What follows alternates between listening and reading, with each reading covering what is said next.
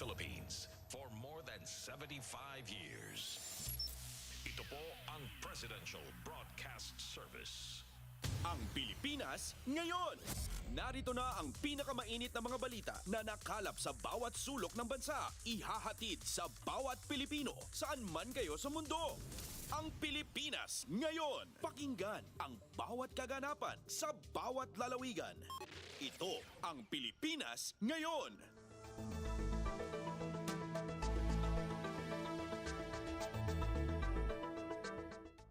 Magandang araw po sa ating mga tagapakinig. Welcome po ulit sa ating programang Ang Pilipinas Ngayon. Sa ngalan ni Ven Blones, ito po si Steph Vicente. Samahan niyo po ako sa kabuuan ng ating palatuntunan.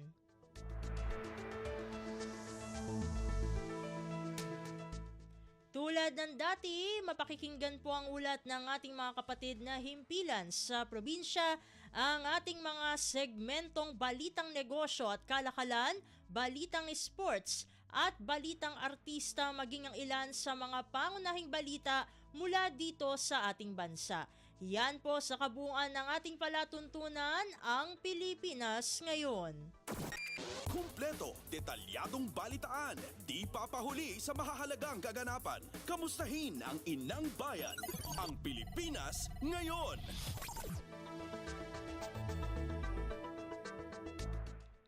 Sa mahahalagang balita, pinangunahan ni Pangulong Ferdinand R. Marcos Jr. ang graduation ceremony ng unang batch ng Moro Combatants na nakakumpleto ng Bangsamoro Police Basic Recruit Course o BPBRC sa Camp Pendatun sa Parang Maguindanao del Norte ngayong Lunes, Abril 29. Ang naturang batch ay tinaguriang Bakas Lipi na ang ibig sabihin ay Bangsamorong Kapulisan, Sandigan ng Lipunang Pilipino. Ang batch Bakas Lipi ay binubuo ng 100 trainees na nagmula sa Moro Islamic Liberation Front o MILF at sa Moro National Liberation Front o MNLF. 92 rito ay mga kalalakihan habang 8 naman ang mga kababaihan.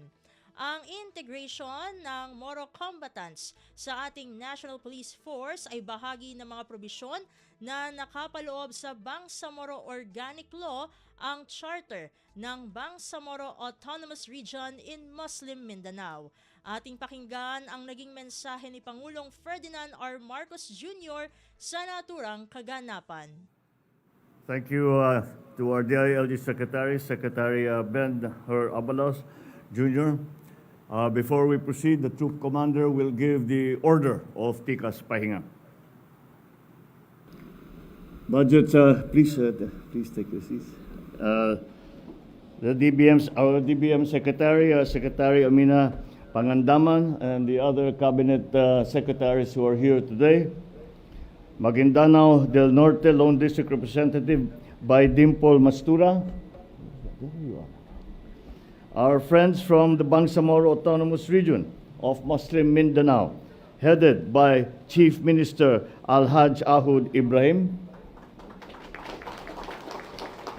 Armed Forces of the Philippines Chief General Romeo Browner Jr. Maguindanao del Norte Governor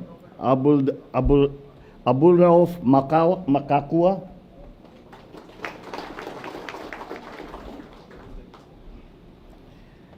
Parang Municipality Mayor Kahar Ibay, National Police Training Institute Director, Police Major General Richie Medardo Posadas, Police Regional Office Bar Director, Police Brigadier General Prexy Tangawon, the most important group here present today, the graduating class of batch 2023-01, classes Alpha, Bravo, Bakas Lipi, and their proud parents and family members. My fellow workers in government, distinguished guests, ladies and gentlemen, magandang umaga po sa inyong lahat.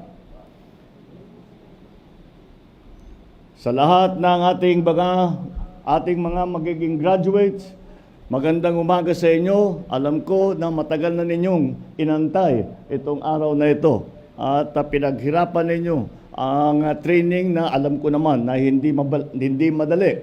Kaya congratulations sa inyong lahat. Sa mga bumubuo ng Bangsamoro Police Basic Recruit Course Batch 2023-01 Classes Alpha Bravo, kasalo ako sa inyo ng mga mahal sa buhay sa kasiyahang naramdaman nila sa araw na ito.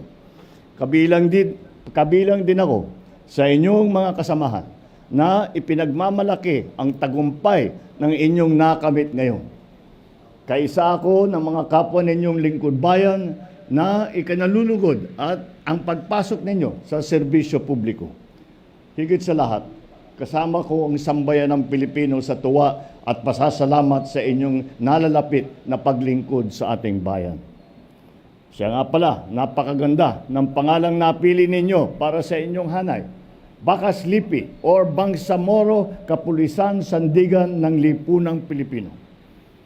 Sigurado ako, ang inyong mga buhay ay maihahambing sa mga nakikita lang ng iba sa pelikula. Mga istoryang masasabing kapanapanabik, mga maaksyon, minsay nakakakaba at laging siksik ng aral. Ngunit sa huli, kahit anong paglarawan ang maisip ng tao, walang sino man ang makakapantay sa kwento ng inyong muling pagbangon. Sa dami ng pinagdaanan ninyo, lahat kayo sa kanyang-kanyang paraan, oras at pagkakataon ay pinili ang kapayapaan, katarungan at pagkakasundo. Tunay na malaking karangalan ang nakamit ninyo. Ngunit kaakibat nito ang mabigat na pasanin na responsibilidad na nangangailangan ng matinding pagsisikap. Ang inyong misyon ay higit pa sa paglilingkod at pangangalaga sa mga kababayan natin. Kayo ang tutulong sa pagsusulat ng isang bagong yugto para sa Bangsamoro tungo sa mas tahimik at matiwasay na kinabukasan. Kaya ang inyong pagsasanay at pagtatapos ngayong araw ay higit pa sa pagtupad natin sa mga obligasyon na nakasaad sa Bangsamoro Organic Law. Ito ay ang pagsasakatuparan natin sa hangaring maranasan ang tuloy-tuloy na kapayapaan at pag-uunlad. Napakalaki ng nakasalalay sa inyong bagong katungkulan dahil sa nasa kamay ninyo ang pagkamit ng ating patuloy na tagumpay. Simula ngayon, kahit saan man kayo italaga, kayo ay kinatawan ng kaayusan at pagbabago na layon nating ipamana sa ating mga anak. Mahirap ang daang tatahakin ninyo, ngunit natitiyak kong magiging mas madali ito kung tatanggapin at aalahanin ang 4 na puntong iiwan ko sa inyo. Una, kayo ay natanggap dahil sa inyong karakter at hangaring makapag-ambag sa ikauunlad ng Bangsamoro. Ang ibig sabihin nito, anuman ang inyong pinaghirapan at natamasa, ang inyong integridad pa rin ang susi sa inyong tagumpay. Sikapin ninyo ito pa rin ang manatiling pundasyon ng inyong trabaho at serbisyo mula ngayon. Pangalawa, tapang at determinasyon ang siyang nagtulak sa inyo upang harapin ang linggo-linggong pagsasanay. Ngayon na magsisimula na magsuot ang uniforme at magsilbi sa bayan, tiyak na dodoble ang pagsubok sa mga katangian ninyo. Sa pagharap ninyo sa mga bagong hamon, gawin ninyong inspirasyon ang inyong tungkulin sa mamamayan. Isa puso at isa isip ninyo ang imahe ng inyong rehiyon at ang ating bayan na may seguridad at kaayusan. Pangatlo, ngayon, dala-dala na ninyo ang bagong kaalaman tungkol sa pagpupulis at sa batas ng BARM at ng Pilipinas. Hindi dapat ito natatapos sa pagpapaunlad ninyo sa inyong mga sarili. Patuloy na paglinangin ang inyong kakayahan at kasanayan nang tumaas ang kalidad ng inyong serbisyo. At ang pinakamahalaga, siguraduhin umuunlad rin ang inyong pag-unawa sa inyong kapwa at sa mundo. Hindi kailanman natatapos ang pagsulong at pagpapabuti. Kaya kailangan maging masigasig kayo sa pagtuklas ng pangangailangan ng taong bayan.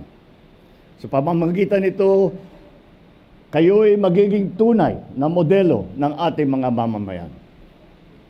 Ikaapat at panghuli, hanggat tunay at tapat kayo sa inyong mga tungkulin bilang miyembro ng kapulisan, buong-buo ang aking suporta sa inyo. Magkatuwang tayo sa pagsisikap na mabigyan ng bawat Pilipino ng payapa at masaganang buhay. Naniniwala ako na sa paglago ng Bangsamoro, yayabong din ang buong bansa. Mas madali nating makamit ang ating hinahanap na bagong Pilipinas. Muli, binabati ko ang bawat isang nagtapos ngayon, ang mga kaakibat na ahensya at ang mga kinatawan nito, at ang buong Bangsamoro Autonomous Region in Muslim Mindanao. Magandang umaga po sa inyong lahat. Muli, congratulations sa ating mga graduate at maraming salamat po.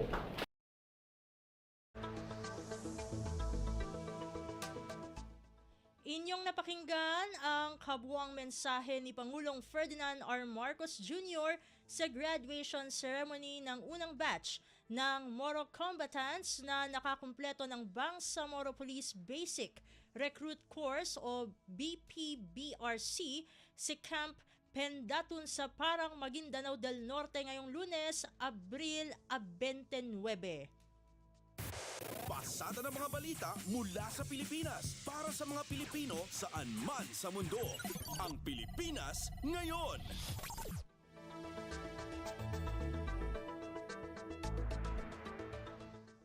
Samantala, pinangunahan din ni Pangulong Ferdinand R. Marcos Jr. ang paggunita sa ika-10 taong anibersaryo ng Comprehensive Agreement on the Bangsamoro o CAB sa Camp Iranun sa Barira, Maguindanao del Norte ngayong Lunes, Abril 29. Ang naturang anibersaryo ay mayroong tema na CAB, isang dekada tungo sa mapayapa at masaganang Bangsamoro. Ang pagdalo ng punong ehekutibo ay isang patunay ng commitment ng administrasyon sa pagpapanatili ng isang conflict-free Bangsamoro Autonomous Region in Muslim Mindanao o BARM.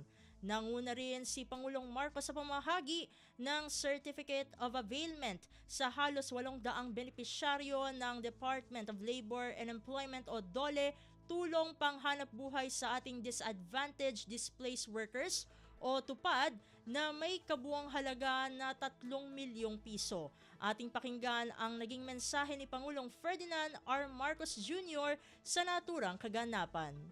Thank you, Interior and Local Government Secretary, Secretary Ben Abalos. Please take your seats. Your Excellencies and esteemed members of the Diplomatic Corps, who have been some of the most committed partners for the development of peace here in Bangsamoro, and whose contribution to us arriving to this day cannot be overstated. The Presidential Advisor for Peace, Reconciliation and Unity, Secretary Charlie Galvez Jr., the Special Assistant to the President, Secretary Anton Lagdameo, who has been playing a special part in putting together and finding ways to make the Bangsamoro, for now the Transition Authority, and eventually the Parliament ready for governance. The Bangsamoro Autonomous Region in Muslim Mindanao Chief Minister Ahud Ibrahim, Minister Mohager Iqbal, the Chair of the MILF Peace Implementation Panel, Maguindanao del Norte Governor Abdul Rao Makakwa, our friends from the Bangsamoro Autonomous Region in Muslim Mindanao, my fellow workers in government, other distinguished guests, ladies and gentlemen, Assalamu alaikum. 10 years ago, our nation took a decisive step. And that step reflected the indomitable desire of the Filipino people to achieve peace, inclusivity, and prosperity. Today, I am one with the entire nation in commemorating the 10th anniversary of the signing of the Comprehensive Agreement on the Bangsamoro or the CAB. The CAB is a testament to our collective vision for a sustainable progress and harmony, not only within the Bangsamoro region and Mindanao, but all throughout the archipelago. As we gather here today, we have earned the right to make this claim. The gains from 10 years of peace have undone many of the pains that have been caused by decades of war. Kung dati ito ay lugar ng labanan, ngayon lugar na ito ng kapayapaan. Kung dati dugo ang dumadanak dito, ngayon kaunlaran ang dumadaloy. How are we able to transform a bulwark of resistance into a bastion of cooperation? The answer is simple. Dahil tinalikuran natin ang karahasan at piniling tahakin ang landas ng kapayapaan. Niyakap ang kasunduang walang natalo pero tao ang panalo. Dahil iginalang natin ang pinatupad ang CAB. But peace, once again, I will state it once again, peace is neither found in the documents that we have exchanged, nor the elegant prose of our agreements. Ang kapayapaan ay hindi lamang nakikita sa mga titik na talata ng mga kasunduan. Wala sa mga talinhaga o mababangong salita, kundi sa pagpapatupad sa totoong buhay. We knew that peace to our people will be found in the businesses launched, in the jobs that were created, the schools, the new hospitals that were opened, the farms that were irrigated, the roads that will be constructed. To us, there is only one peace, and that is when the bloody tally of war is replaced by the scoreboard of development. That scoreboard shows that peace is won and that the war is over. Peace is totally achieved not when the sound of gunfire has ceased. It is when the clamor for better lives has been met. A peace agreement is only as good as the people and the parties who will implement it.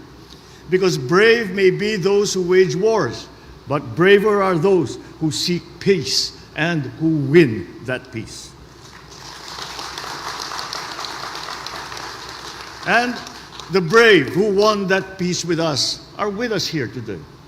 And so with this, I express my gratitude to all our peace partners coming from the MILF, the security sector, the various government agencies and local government units, the members of the Bangsamoro Transition Authority, civil society groups, and of course, international community.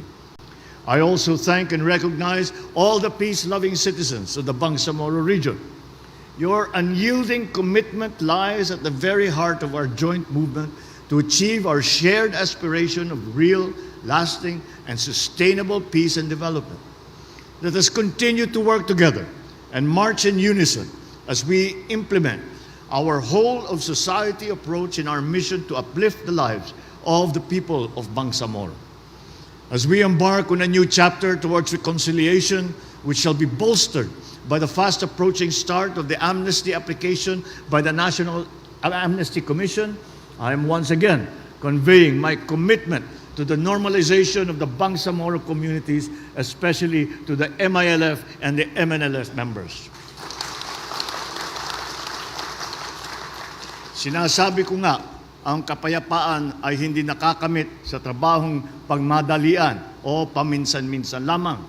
Kaya noong Pebrero, dumalo ako sa pagpupulong ng Intergovernment Relations Body, ang ika-6 na pagtatagpo sa ilalim ng aking administrasyon.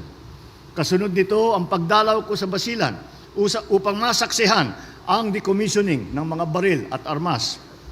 Ito ay pagpapakita lamang na marami pa na gagawin para makamit na natin ang kapayapaan at kaunlaran na ating minimithi. This is not an easy job. It is not the work of a day. It is not the work of a month. It is the work of a lifetime. Ang halaga ay patuloy ang pag-uusap at paghahanap ng solusyon sa lahat ng hinaharap natin. Because that is how peace is forged, through the honest exchange of ideas. That is also how peace is made durable, by allowing all parties to speak with candor and openness. Above all, peace is achieved by working relentlessly. The crusade for peace and the cause of development should not hinge on whims nor depend on where the political winds blow. It requires a strong political will. And as President, I will exercise that strong political will for the success of the Bangsamoro region. Kailangan buo ang loob natin dito kasi marami pang trabaho nakaantay sa atin. And I also take this opportunity to remind you to exercise your right to suffrage as you chart your political future in the forthcoming first BARM elections in May 2025. This is the fulfillment of your democratic right to realize and achieve meaningful autonomy as is enshrined in the CAB. I urge you, safeguard those rights, empower yourselves, take part in our shared task of nation building. Hindi lamang ako umaasa na malinis at mapayapa ang halalang ito, pero higit sa lahat, ang bawat kandidato ay tangan ang prinsipyo ng Bangsamoro muna, ang Bangsamoro muna bago sarili. At titindig sa adhikain na better Bangsamoro. As your president, I reassure that you will have an honest, orderly, and credible conduct of the electoral process. Let this also serve as a warning to those who may plan to threaten and derail this upcoming election. Huwag nyo nang isipin yan dahil ang kakalabanin na ninyo ay ang pamahalaan. Instead, channel your energy to help build productive and thriving communities where citizens are offered wide livelihood opportunities and healthy living spaces. So as we forge ahead, let us dedicate our work to those who did not see the dawn of peace break. We each lost generations of good men and women, caused unnecessary grief to their families. We held back decades of shared growth when needlessly lost innocent lives in the crossfire. We do not consider our mission to have ended. The peace may have been won, but now we must work together to secure that peace. As we defend the gains that we have achieved, we will be vigilant against the enemies of peace. We will bear the full force of the state against terrorist elements. To those who preach the discarded and debunked ideology of dismemberment, the people will reject your selfish agenda. Sa ikasampung anibersaryo sa paglagda ng CAB, ipinangako natin na hindi na tayo papayag na dadanas muli ng kaharasan ang ating mga anak. This is at the core of our policies towards transformative action that brings genuine change to the grassroots, and this is the soul of the CAB. Once again, our sincerest gratitude to all our partners in peace. May the Almighty continue to guide us in every endeavor. Maraming salamat po sa inyong lahat.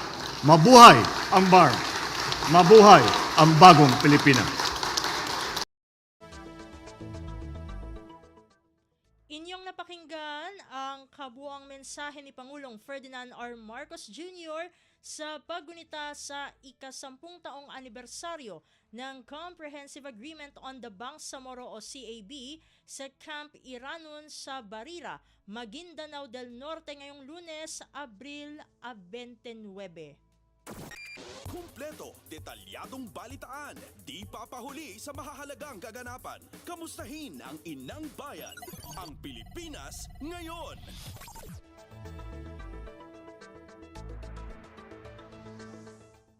Sa iba pang mga balita, iniutos ni Pangulong Ferdinand R. Marcos Jr. ang pagpapalakas sa industriya ng pagniyog sa bansa. Sa panayam ng Radyo Pilipinas, sinabi ni Philippine Coconut Authority o PCA Administrator Dr. Dexter Buted na tututukan nito ang pagbuhay sa industriya ng pagniyog ayon sa utos ng Pangulo. Ayon kay Buted, hindi lamang pagtutok sa produksyon kundi sisiguruhin din nito na magiging dekalidad ang mga produkto. Yan dyan ang ating programa ng fertilization at yung planting at replanting program ng ating mahal na Pangulo na naglalayo na magkaroon ng 100 million coconut trees bago matapos ang kanyang termino.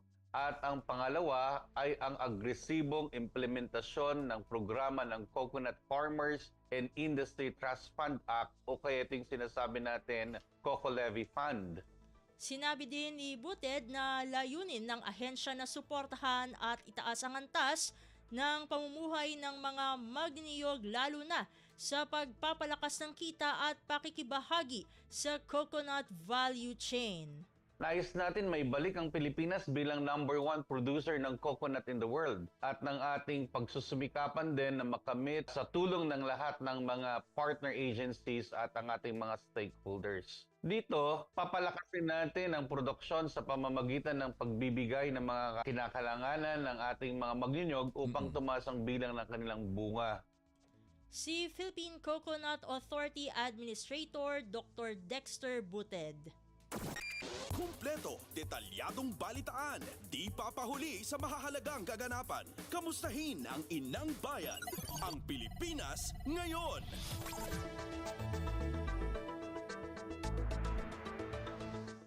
Samantala, natukoy na ng Philippine National Police o PNP ang posibleng pinagmulan ng deepfake audio na ginamit laban kay Pangulong Ferdinand R. Marcos Jr. Gayunpaman, sinabi ni PNP spokesperson Police Colonel Jean Fajardo na patuloy ang investigasyon ng mga otoridad upang malaman kung ano pa ang mga impormasyon ng pagkakasangkot nito sa paggawa ng deepfake audio. Ayon kay Fajardo, nakipag-ugnayan ang PNP Anti-Cybercrime Group sa Department of Information and Communications Technology o DICT para sa investigasyon sa deepfake audio na ginamitan ng Artificial Intelligence o AI. Initially, sir, ay may na-identify na po na possible source po nitong deepfake audio po na ito. But as to the extent po ng kanyang involvement po dito, ay yun pa rin po yung subject ng ating investigation.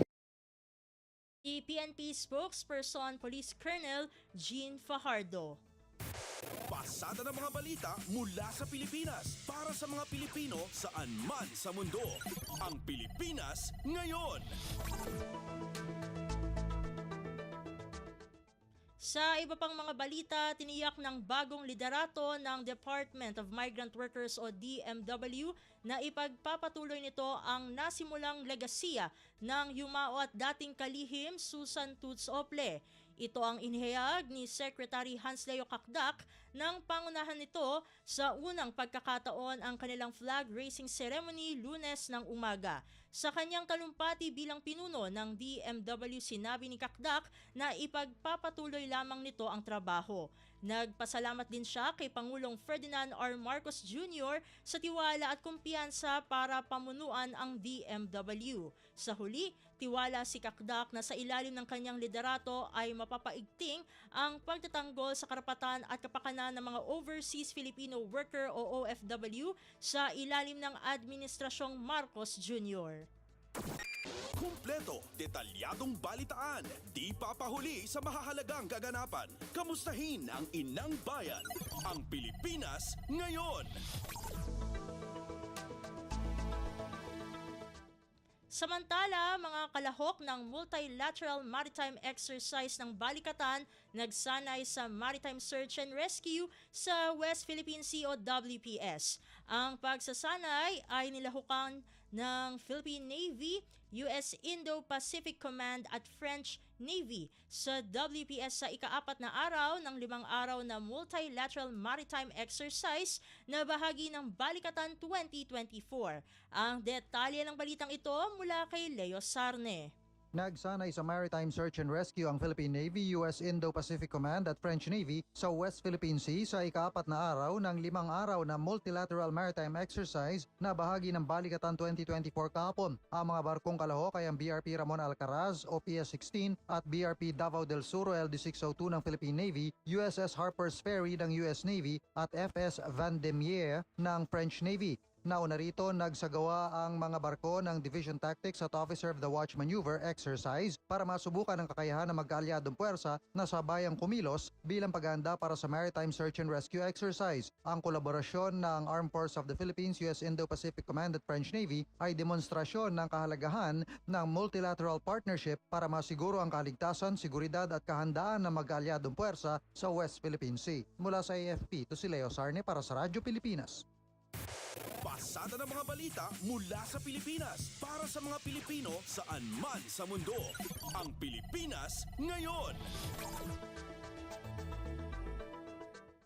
Sa iba pang mga balita, nananatili ang isang Chinese research vessel na may pangalang Shen Kuo na nasa layong 90 nautical miles buhat sa Baras, Catanduanes. Batay ito sa pinakahuling mensaheng ipinaabot ni Armed Forces of the Philippines o AFP Public Affairs Office Chief Colonel Cercis Trinidad sa batay sa kanilang monitoring linggo ng gabi. Una aniyang namataan ang naturang barko ng China noon pang Abril 25 sa layong 60.9 nautical miles silang bahagi ng Rapu-Rapu Island sa Albay. Samantala sa ulat ng Tactical Operations Wing Southern Luzon, nakadaong ang barko sa naturang lugar nitong Sabado ng walang tauhan na nakatalaga sa main deck nito. Makailang beses na sinubukang magsagawa ng radio challenge ang AFP sa naturang barko ngunit tila binabaliwala lamang sila nito at nanatili sa kinalalagyan. Gayunpaman, magpapatuloy ang pagbabantay ng AFP sa galaw ng naturang barko at inatasan na rin ang mga karatig na barko na paigtingin ang pagmamanman at pag-uulat sa hayagang panghihimasok ng nasabing barko ng China sa teritoryo ng Pilipinas. Kumpleto, detalyadong balitaan, di papahuli sa mahahalagang kaganapan. Kamustahin ang inang bayan, ang Pilipinas ngayon.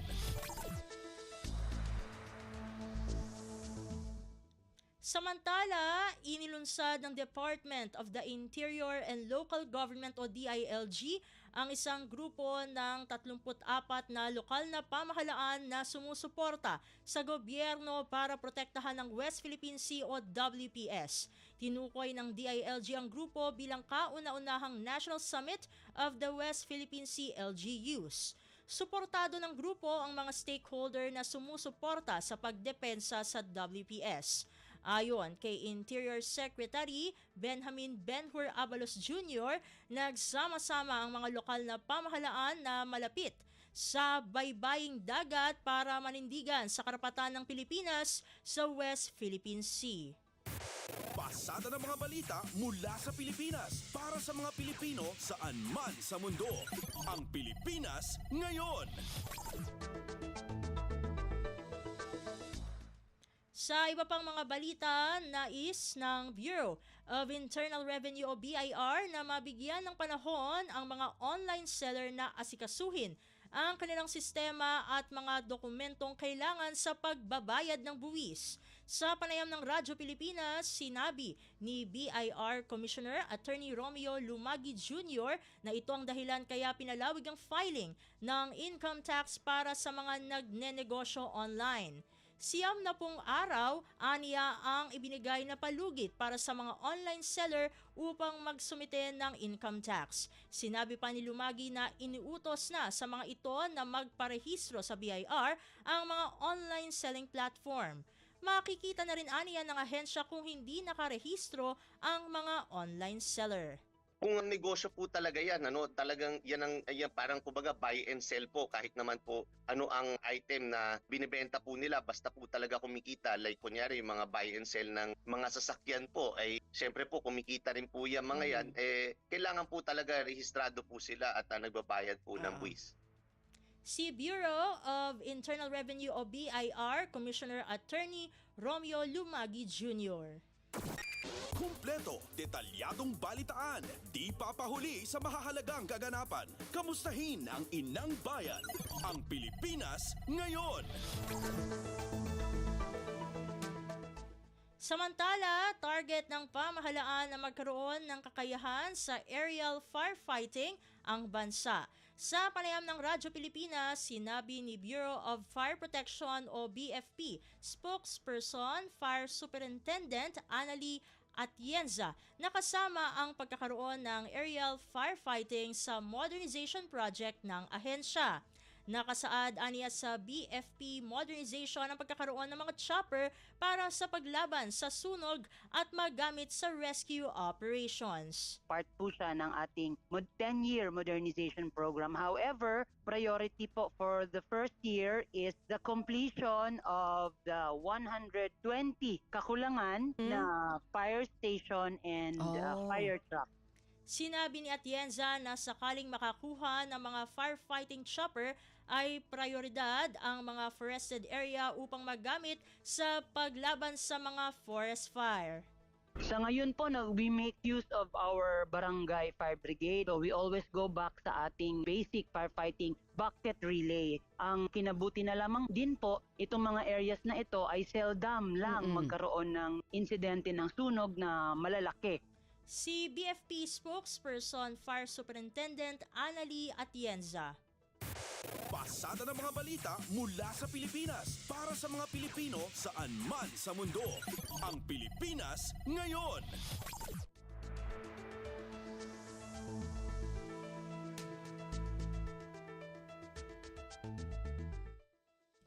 Sa iba pang mga balita, lumang school calendar ng mga estudyante sa bansa itinutulak sa Senado na maibalik sa gitna ng patuloy na pagtindi ng init ng panahon. Sa dating kalendaryo ng mga eskwelahan ay nakabakasyon ang mga mag-aaral mula Abril hanggang Mayo at Hunyo naman ang pasukan. Ang detalye ng balitang ito mula kay Nympha Asuncion. Sa gitna ng patuloy na pagtindi ng init ng panahon, nakiisa na rin si Senate President Juan Miguel Zubiri sa pagtutulak na maibalik na ang lumang school calendar ng mga estudyante sa bansa kung saan nagbabakasyon ng mga mag-aaral mula Abril at ang pasukan ay sa Hunyo. Pinunto ni Zubiri na nahihirapan ang mga estudyante at ang mga guro sa sitwasyon ngayon kung kailan may klase pa rin kahit napakainit na ng klima. Binanggit rin ng Senate President na mas matindi ang hirap na dinadanas ng mga estudyante sa probinsya, bunsod ng napakainit na panahon dahil ang ilan sa mga silid-aralan doon ay wala kahit electric fan. Sa ganitong sitwasyon anya ay hindi nakakapag-focus ang mga estudyante sa kanilang aralin at mas iniinda nila ang init. Dinagdag rin ni Zubiri na bagamat ang unang dinahilan kaya ginawang July to August ang bakasyon ay dahil sa dami ng mga bagyong tumatama sa bansa sa ganitong buwan. Pero sa nangyayari naman anya ngayong summer ay halos nagiging linggo-linggo rin ang pagsuspinde sa mga klase. Una nang sinabi ni Pangulong Ferdinand R. Marcos Jr. na sinisikap ng pamahalaan na mapabilis ang transisyon sa dating school calendar. Ito si Nympha Asuncion para sa Radyo Pilipinas. Kumpleto, detalyadong balitaan, di papahuli sa mahahalagang kaganapan. Kamustahin ang inang bayan, ang Pilipinas ngayon. Samantala, House Appropriations Chair Elizalde Co nagpaalala sa mga ahensya na samantalahin ang dry season o tagaraw para tapusin ang infrastructure projects. Ayon kay Ko, na oras na sumalang muli sa budget deliberations ay hindi dapat idahilan sa Kongreso na hindi natapos ang proyekto dahil inabutan ng tag-ulan.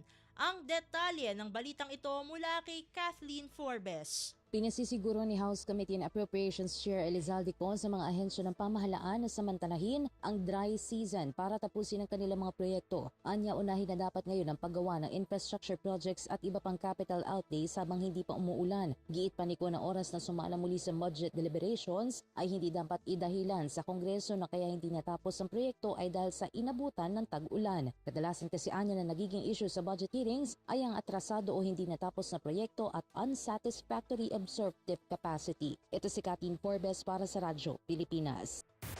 Pasada ng mga balita mula sa Pilipinas para sa mga Pilipino saan man sa mundo. Ang Pilipinas ngayon.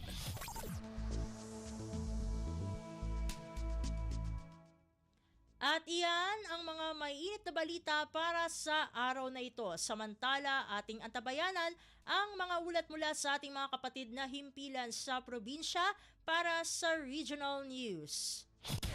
Balita mula sa lalawigan sa bawat rehiyon ng ating bayan. Dito sa Ang Pilipinas Ngayon. Narito na ang bugso ng ating mga regional news. Dumako muna tayo sa rehiyon ng Luzon. 1,272 partner beneficiaries nakatapos na sa cash for training component ng Project Lawa at Binhi sa Region 2. Narito ang buong balita na ihahatid sa atin ni April Ratio mula sa Tugigaraw. Dumano na 1,272 nga individual iti Region 2 tinaglipas iti cash for training babaan ti Project Lawa when the local adaptation to water access can binhi when the breaking insufficiency through nutritious service for the impoverished. The risk resiliency program ti Department of Social Welfare and Development when the DSWD. Dagiti na sa partner beneficiaries kat nagapu iti Pamplona Cagayan nga daan 580, 360 di ang Baguio ken 332 mat iti Jadi agpada nga ili ti Nueva Vizcaya abayat iti panagdalanda iti training ket makaawat na pay ti 420 pesos as sweldo itinaldaw. Ti cash for training ket paset ti panagrugit implementasyon ti proyekto nga gandad masuruan dagiti partner beneficiaries mainaeg iti disaster risk reduction ken climate change. Paset daytoy ti panagsagana datapno masigurado ana ornos ti panakaipatungpal ti nasawa a proyekto a nakasentro iti seguridad ti danum ken daraon. Sumaruno a dumalan dagitoy iti cash for work wenno mangged dagitoy iti lasod sa 15 nga aldaw. Nakasentro ti trabaho da iti panangipasdek ti small farm reservoir nga agserbi a pagurnungan ti danum ken man ti panangaramid ti nursery wenno communal garden ti Project Lawa ken binhi ket maysa nga inisyatiba ti DSWD tapno masulbar ti manakasapol dagiti komunidad iti taraon ken danom iti tiempo ti didigra kas tikag. Madipud tugay Garaw City daytoy ni April sa Lucon Ratio para iti Radyo Pilipinas World Service. Balita mula sa lalawigan sa bawat rehiyon ng ating bayan. Dito sa Ang Pilipinas Ngayon.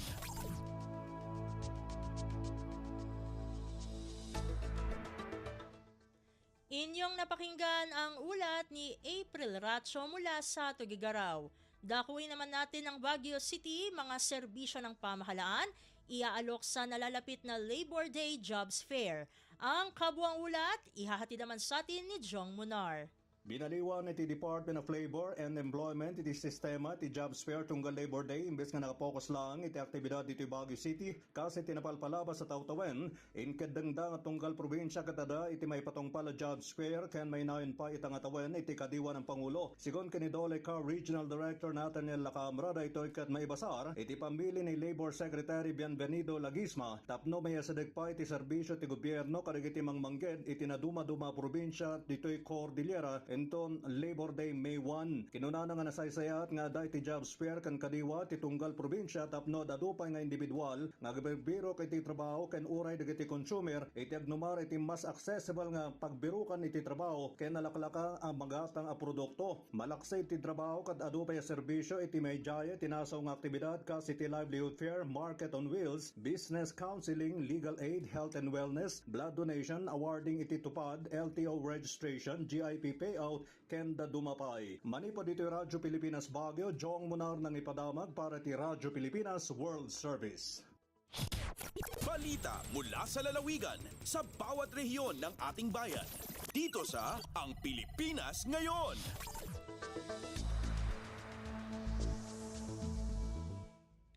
Inyong napakinggan ang ulat ni Jong Munar mula sa Baguio City. Puntahan naman natin ang VIRAC Tourism Office ng Caramoran, Catanduanes, muling ipinaalala sa publiko ang Clay Go policy na ipinatutupad sa Palumbanes Islands. Narito si Jan Tatad para sa balita. Nagpagirumdum liwat ang Caramoran Tourism and Cultural Affairs Office sa publiko na nagdadayo sa Palumbanes Group of Islands sa Catanduanes mapadapit sa Clean as You Go o Clay Go policy na tigpapairal sa nasabing isla. Ini makalihis na magkahiriling ang mga basurang nakakalat sa baybayon kan isla nin tignom na sakop kan nasabing grupo kan mga isla sakop kan sa inang banwaan asin saro sa mga tourist spot kan probinsya. Sigun sa Tourism Office kan Caramoran, lugod na itapok nin tama ang mga basura asin kon po pwede magdara sa buot nin reusable drinking bottles asin bag panghatag tanganing mabawasan ang paggamit kan mga single-use plastic sagkod mamantener ang kalinigan kan lugar. Apwera padigdi tinawan doon kan nasabing opisinaan sa indang patakaran sa mga bisita, turista asin mga ekskursyonista manungod sa pagrehistro sa inda bago magpasiring sa mga isla. Pangapudan paninda na suportaran ang mga lokal na komunidad sa paagi kan pakikisumaro sa pag-alaga sa kapalibutan ninhuli ta ini ang saro sa mga kabuhayan kan sa indang mga kahimanwa. Hali digdi sa Radyo Pilipinas Virac, ini si John Tatad para sa Radyo Pilipinas World Service. Balita mula sa lalawigan sa bawat rehiyon ng ating bayan. Dito sa Ang Pilipinas Ngayon.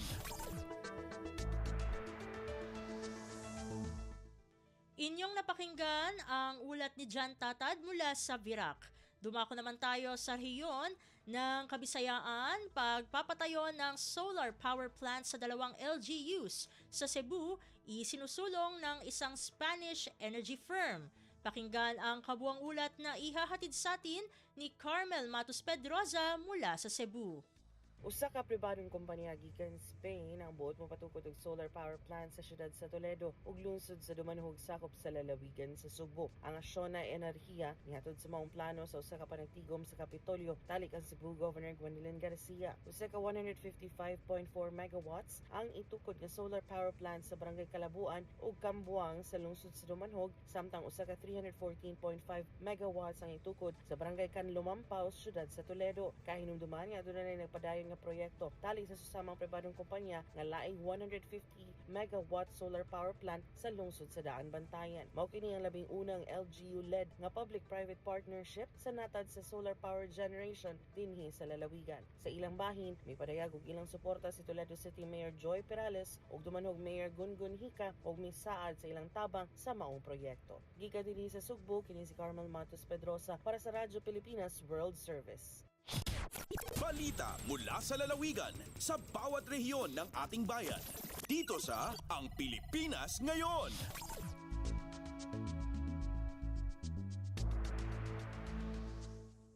Inyong napakinggan ang ulat ni Carmel Matos Pedroza mula sa Cebu. Puntahan naman natin ang Iloilo.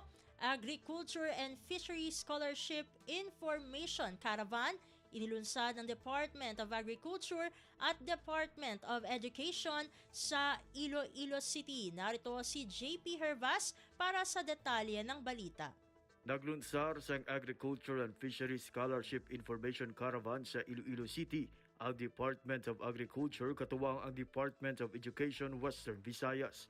Ang caravan gagin pasakupan sa 150 ka grade 11 students gikan sa nunaytuhay nga bulutuhan sa syudad kag probinsya sang Iloilo, nagatuyo nga maingganyo ang mga pamatan-on nga magkuha sang kurso sa patag sang agriculture, fisheries, agricultural engineering, veterinary medicine kag iban pa nga kaangay nga programa. Sa caravan nahatagan sang higayon ang DA pati na ang Agricultural Training Institute, Bureau of Fisheries and Aquatic Resources, Sugar Regulatory Administration, Philippine Coconut Authority kag Land Bank of the Philippines nga mapasundayag ang mga benepisyo sang ilang mga scholarship sa mga pigado pero nagahimakas nga mga estudyante.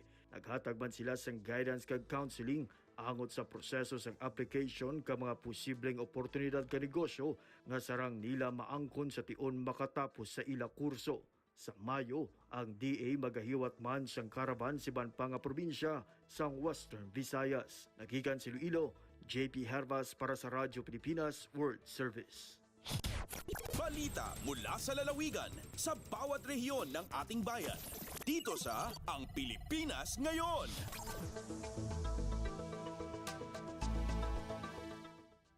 Inyong napakinggan ang ulat ni JP Hervas mula sa Iloilo. Dumako na tayo sa rehiyon ng Mindanao. Ordinansa para sa pagpapatayo ng kauna-unahang City Internet Center isinusulong ng Davao City Council. Ang kabuang ulat ihahatid sa atin ni Maymay Benedicto mula sa Davao. Ginaduso karon sa Davao City Council ang ordinansa para sa pagmuntar og Davao City Internet Center sa Dakbayan. Matod ni Konsehal Bonds Militar, ang chairperson sa Committee on Information and Technology sa Davao City Council, nga itukod ang Davao City Internet sulod sa People's Park diin ang tumong niini nga masiguro nga mahatagan og access ang mga Davaoenyos sa internet para sa pagtuon og sa uban pang mga produktibong rason. Tumong sad niini nga matabangan ang mga tinun-an sa ilahang mga requirements sa eskwelahan diin duna sila'y duha hangtod 3 ka oras nga access sa internet aron buhaton ang ilahang mga aktibidad. Pwede sad nga magamit ang pasilidad sa pagpahigayon og mga training nga makatabang sa paghatag og trabaho sa mga job seekers kauban sa mga partner agencies. Sa pamahayag ni Konsehal Militar, mao na kini ang pinakauna nga public internet center ug kung magmalampuson ang pagpatuman niini, iduso sad niini nga magmuntar og susamang pasilidad sa 2nd ug 3rd district sa Dakbayan. Samtang hugot sab ang koordinasyon tali sa mga internet service provider arong masiguro nga hapsay o walay aberya sa internet connection panahon nga mapasa na ang ordinansa og hingpit na kini nga mapatuman. Gikan sa Davao City, May Benedicto para sa Radyo Pilipinas World Service. Balita mula sa lalawigan sa bawat rehiyon ng ating bayan. Dito sa Ang Pilipinas Ngayon. Inyong napakinggan ang ulat ni May Benedicto mula sa Davao. At dito na nagtatapos ang ating regional news. Narito naman ang ating segmentong Balitang Negosyo at Kalakalan na susundan ng segmentong Balitang Sports, parehas na ihahatid sa atin ng ating kasamang si Leo Magpayo. Lagay ng ekonomiya, kalakalan, negosyo at iba pa. Atin ang alamin dito sa Ang Pilipinas Ngayon. Magandang araw, narito na po ang Balitang Business. Sinabi ng isang analyst na ang patuloy sa sigalot sa pagitan ng Israel at Iran ay posibleng masasaktan ang remittances mula sa mga overseas Filipino workers o OFWs sa Middle East, pati na rin ang pagtaas ng presyo sa mga produktong petrolyo na posibleng magpataas ng inflation. Ayon kay Diwa Ginugundo, country analyst para sa Pilipinas ng Global Source Partners, posibleng makitaan ng mababang pagpapadala ng pera, mababang paggastos at mas mababang paglago ng ekonomiya kapag nagkaroon ng matinding gera sa riyon. Sinabi naman ni Jonathan Ravelas, senior advisor sa isang professional service firm na Reyes Takandong & Company, maapektuhan ang remittances kapag lumala ang sigalot at napagpasyahan ng gobyerno na pauwiin ang mga OFWs. Sa pinakahuling datos mula sa Department of Foreign Affairs o DFA, nasa 30,000 Pilipino ang nasa Israel at 2,000 naman sa bansang Iran. Ayon naman sa datos ng Bangko Sentral ng Pilipinas o BSP, tumaas ang cash remittances sa unang 2 buwan ng taon ng 2.8% sa 5.48 bilyong dolyar. Ang mga bansa sa Middle East ay ilan sa mga bansang may pinakamalaking kontribusyon sa remittances mula Enero hanggang Pebrero ngayong taon. Ikatlo sa listahan ng may pinakamalaking kontribusyon sa remittances ay ang Saudi Arabia na umabot sa 307.78 milyong dolyar o 5.6% ng kabuang remittances. Ang United Arab Emirates naman ay bumubuo ng 3.8% ng kabuang remittances mula Enero hanggang Pebrero sa 260 o 6.29 milyong dolyar. Ang remittances naman mula sa Israel ay bumaba ng 1.5% sa 24.4 na milyong piso kumpara sa kaparehong panahon noong 2023. Wala namang naitalang remittances ang BSP para sa bansang Iran. Lagay ng ekonomiya, kalakalan, negosyo at iba pa. Atin ang alamin dito sa Ang Pilipinas Ngayon. Binuksan ng Philippine Economic Zone Authority o PEZA ang 2 bilyong pisong tanza Container Terminal Incorporated o TCTI sa Metrocast Industrial Estates Special Economic Zone o MIESEZ sa lalawigan ng Cavite sa tulong ng Asian Terminals Incorporated o ATI.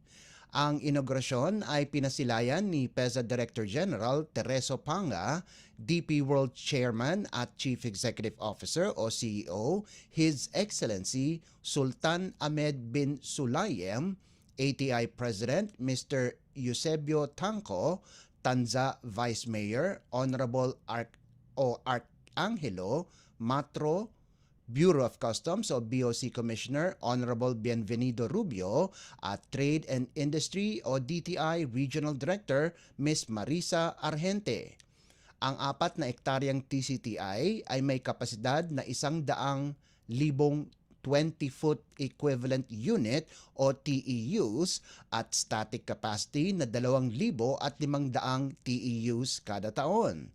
Inaasahan na ang TCTI ay makakapag-alok ng barge terminal services para sa mga PEZA locator firms.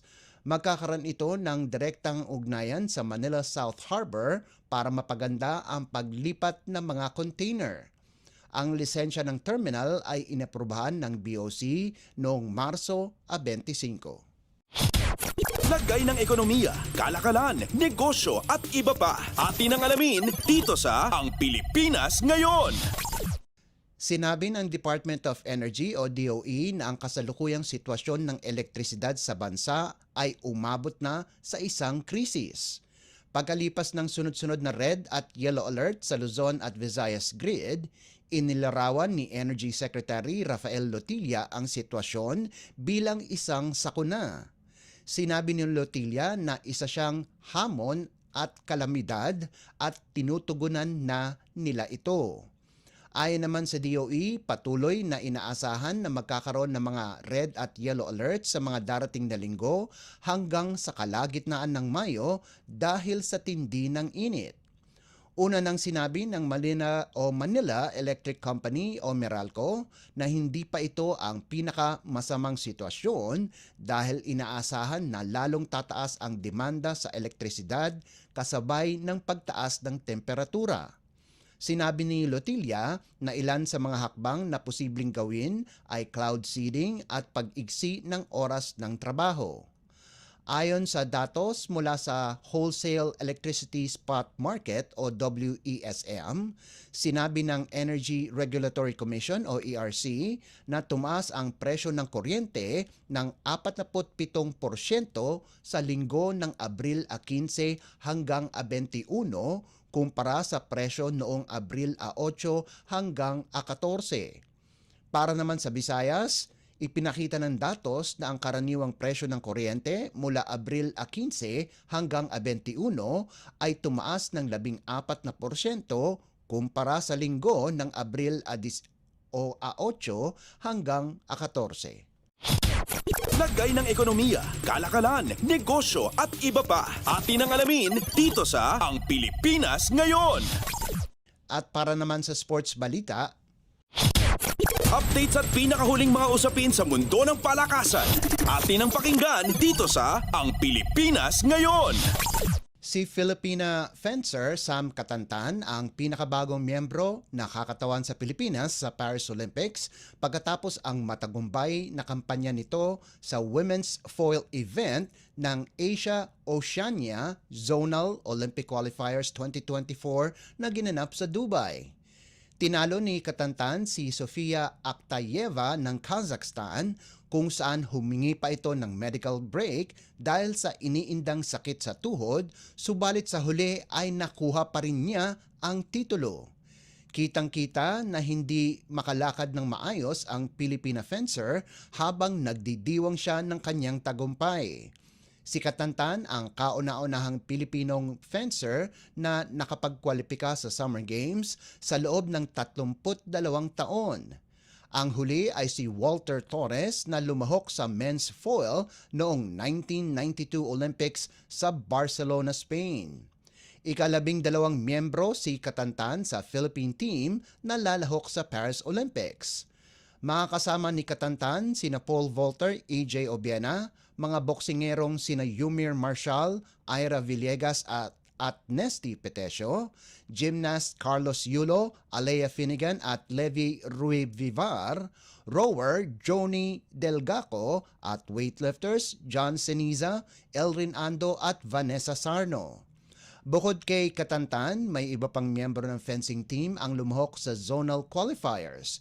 Ito ay sina Nolito Jose Jr. na lumahok sa men's epi, Haniel Abelia sa women's epi at Nathaniel Perez sa men's foil. Updates at pinakahuling mga usapin sa mundo ng palakasan. Atin ang pakinggan dito sa Ang Pilipinas Ngayon. Tumaas ang tsansa ng Meralco Bulls na makapasok sa playoffs pagkatapos nilang dominahin ang Magnolia Hotshots 74-51 sa larong ginanap sa PhilSports Arena. Nakuha ng Bulls ang ikalawang sunod-sunod na panalo sa 2024 PBA Philippine Cup para pagandahin ang kanilang record sa 5-5 at may isang laban na lang ang natitira sa asignatura nila sa elimination round. Sa kabilang banda, ito naman ang ikalawang sunod-sunod na talo ng Hotshots para bumagsak ang kanilang kartada sa 5-4 na may dalawang laro na lamang. Ayon kay Meralco coach Luigi Trillo, maganda ang ipinakitang depensa ng kanyang bataan pero malaki din ang kawalan ng Hotshots dahil hindi nakapaglaro sina Gio Halalon at Calvin Abueva. Nakuha ni Raymond Almasan ang Player of the Game Award pagkatapos rumatsyada ng double-double na may 12 puntos at 11 rebounds sa loob lamang ng 24 na minutong paglalaro. Hindi rin nagpahuli si Chris Newsom sa kanyang naiambag na 12 puntos, 8 boards at 7 assists. Kahit na nanalo, malaking kawalan para sa Meralco ang kanilang star guard na si Aaron Black na nagtamo ng leg injury sa third quarter ng laban. Nagtapos si Black na may 3 puntos bago siya ilinabas ng laro. Wala namang nakapagtala ng double digits sa panig ng Magnolia kung saan si Ian Sangalang ang may pinakamataas na puntos sa 8 kasama na rin ang 10 rebounds. Updates at pinakahuling mga usapin sa mundo ng palakasan. Atin ang pakinggan dito sa Ang Pilipinas Ngayon. Kapwa sina Jonah Perdido ng University of Santo Tomas at Micaelo Buldin ng National University ang nagbigay ng karangalan sa kanilang mga koponan sa huling yugto ng UAAP Season 86 Volleyball Elimination Round. Dahil sa kanilang magandang performance sa mga importanteng laban ng kanilang koponan, iginawad sa kanila ang Collegiate Press Corps UAAP Players of the Week itong linggo ng Abril 24 hanggang 27. Para sa number 2 spot at huling twice-to-beat incentive sa Women's Volleyball Tournament, namuno si Perdido para sa Golden Tigresses. Ipinamalas ni Perdido ang kanyang galing sa isang 4-set upset laban sa defending champion De La Salle University kung saan nakapagtala siya ng 19 na puntos sa 22-25, 25-23, 25-16 at 25-15 panalo laban sa Lady Spikers. Dahil sa panalo, nakuha ng UST ang huling twice-to-beat advantage sa Final Four kung saan nagtapos sila ng may 12-2 win-loss record. Subalit wala silang oras para magdiwang dahil makakalaban nila muli ang Lady Spikers itong linggo sa semifinals kung saan isang panalo na lamang ang kailangan nila para makapasok muli sa championship series. Si Budi naman ay ibinigay ang kanyang lahat para tulungan ang Bulldogs na mapataob ang number 1 team sa men's tournament. Nakagawa si Budin ng 17 puntos at 11 excellent receptions sa sorpresang panalo laban sa Far Eastern University 25-22, 25-21 at 25-20. Nananatiling nasa kontensyon ang Bulldogs para makuha ang huling twice-to-beat advantage kung saan kakalabanin nila ang La Salle Green Spikers para sa number 2 spot tangan ang parehong 11-3 kartada. Updates at pinakahuling mga usapin sa mundo ng palakasan. Atin ang pakinggan dito sa Ang Pilipinas Ngayon. At yan ang pinakahuling balita sa larangan ng palakasan. Para sa Radyo Pilipinas World Service, ito po si Leo Magpayo. Magandang araw. Updates at pinakahuling mga usapin sa mundo ng palakasan. Atin ang pakinggan dito sa Ang Pilipinas Ngayon.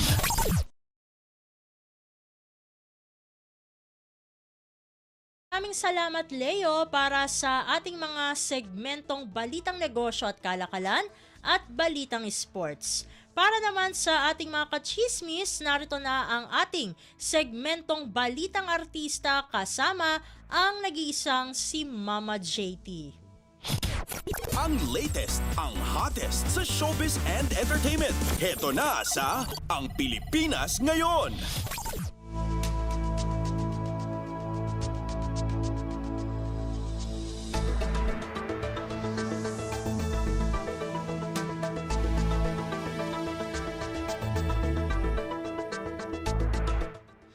Halo! Magandang araw sa ating mga chismoso at chismosang nag-aabang ng ating balitang artista. Nandito na si Mama JT para maghatid ng mga trending na balita sa mundo ng showbiz. Ito na ang ratsyada ng mga chika.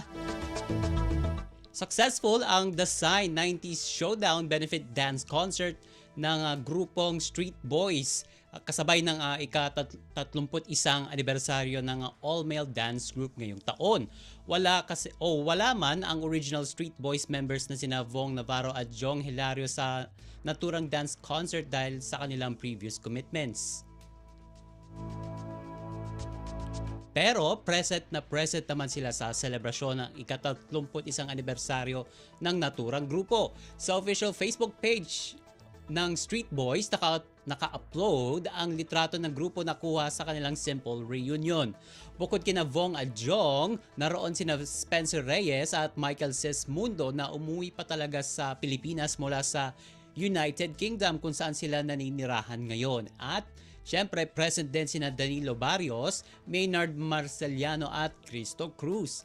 Ang nakalagay sa caption ng kanilang FB post, quote-unquote, Street Boys 31 Years of Dance, Dreams, and Dedication. And sa kanilang post, nagbalik tanaw ang grupo sa kanilang pagsisimula sa industriya. Sa kabila man ng mga hamon at tagumpay ay naging matatag at sabay-sabay nilang hinarap iyon. At nagpapasalamat din ang kilalang Pinoy dance group sa suporta at tiwala ng mga tagahanga sa kanilang talento. At makikita din sa mismong Facebook account ng group ang kanilang throwback posters and photos mula pa noong 1994. Ang Street Boys ay binuo ng award-winning director na si Chito Ronyo noong 1993.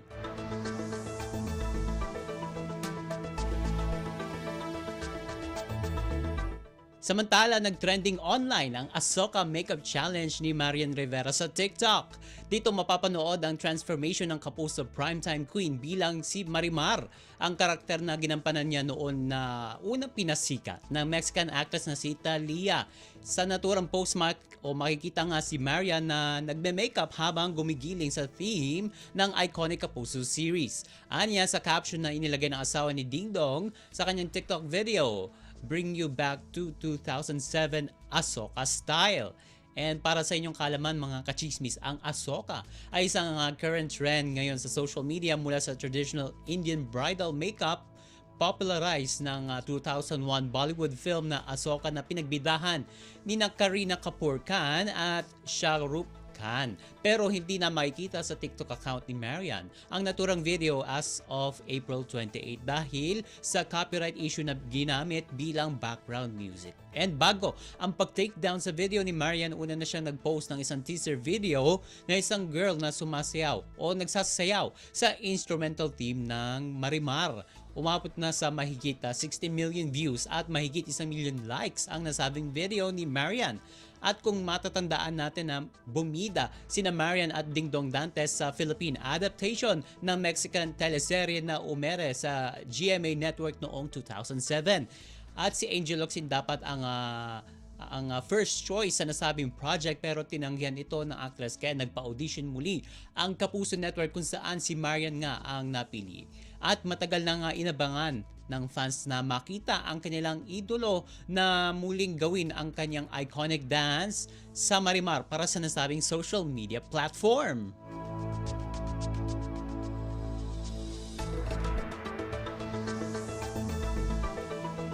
At sa uli natin chika for today, hindi maitago ni Kuya Kim Atienza ang saya na bisitahin siya ng dating co-host ng It's Showtime na sina Jugs Hugueta at Teddy Corpus sa set ng TikTok Clock.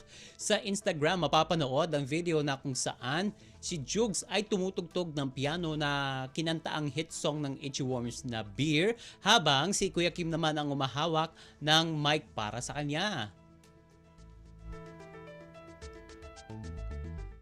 Nang patapos na ang video, makikitang nakiduet na rin si Teddy sa chorus ng kanta. Ayon sa caption, natutuwa siya dahil pagkalipas ng 7 taon ay nakasama niya muli ang mga ito. At inilarawan naman ni Kuya Kim ang dalawa bilang kanyang tunay na mga kaibigan. At nagpasalamat din ito sa dalawa dahil hindi bumitaw ang mga lead vocal ng Itchy Worms at Rocksteady sa kabila ng mga pagsubok. At nagpunta nga sa GMA Building sina Jugs at Teddy dahil guest sila sa programa Fast Talk with Boy Abunda. And sa kanilang panayam, inalala ng dalawang musikero kung paano nagsimula ang kanilang karera bilang show hosts at lubos na nagpapasalamat dahil binigyan sila ng chance sa hosting stint.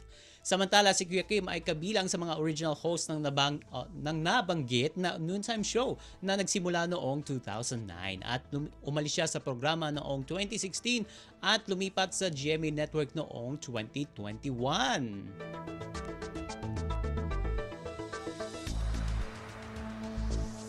And OMG, wala na tayong oras para sa ating balitang artista. Maraming salamat mga ka-chismis sa pakikinig sa aking mga chika for today. Ako po si Mama JT para sa Radyo Pilipinas World Service. Ang latest, ang hottest sa showbiz and entertainment. Heto na sa Ang Pilipinas Ngayon.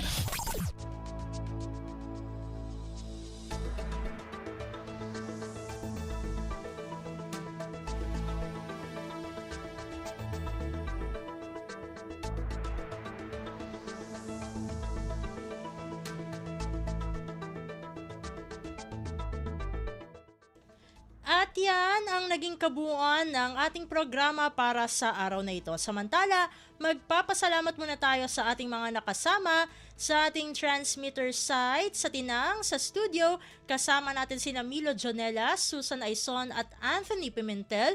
Pinasasalamatan din natin ang ating executive producer para sa araw na ito na si Jerome Toledo. Salamat din sa mga naghatid ng mga ulat mula sa Kamaynilaan at mga probinsya, pati na rin ang naghatid sa atin ng mga segmentong Balitang Negosyo at Kalakalan at segmentong Balitang Sports na si Leo Magpayo at ng segmentong Balitang Artista na si Mama JT. At syempre maraming salamat sa ating station manager na si Mr. Ray Sampang. Maraming salamat po hanggang sa susunod na edisyon ng ating palatuntunan. Huwag kalimutang mag-like, mag-follow at mag-subscribe na sa mga social media account o page ng Radyo Pilipinas World Service upang maging laging updated sa mga mahahalagang balita. Sa ngalan ni Ven Blones, ito po si Steph Vicente. Mabuhay po tayong mga Pilipino. At yan ang Pilipinas Ngayon. Muling samahan si Ven Blones sa parehong oras at alamin ang pinakahuling mga kaganapan at balita saan man kayo naroon. Ang Pilipinas Ngayon!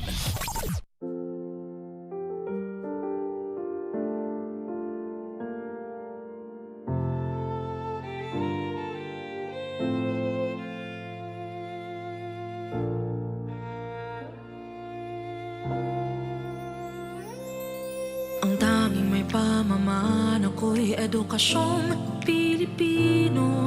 Tinuturong galing at talino para maabot ang pangarap mo. Ang tanging handog ko sa'yo'y edukasyong Pilipino. Diskarteng mula sa puso, mamamangha ang mundo. Matatag na mga guro, matatag sa mga pagsubok, matatag na mga mag-aaral, matatag na talino'y umiiral. Hinaharap ang hirap, walang takot sumugod,